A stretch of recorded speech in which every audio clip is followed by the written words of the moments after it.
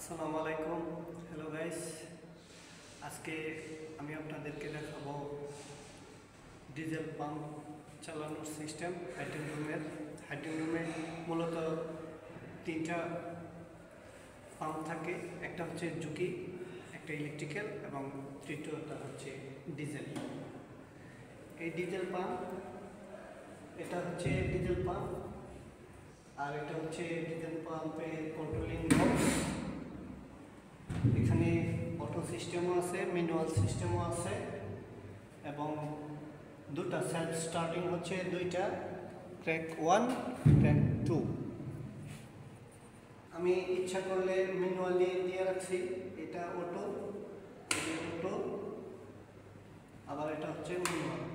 যখন আমি অটোতে দেব তখন এই লাইটটা অফ হয়ে যাবে, রেড ইন্ডিকেটরটা অফ হয়ে যাবে। যেমন এই যে দেখেন, এই যে রেড ইন্ডিকেটর অফ হয়ে গেছে, এখন আছে অটো মোডে।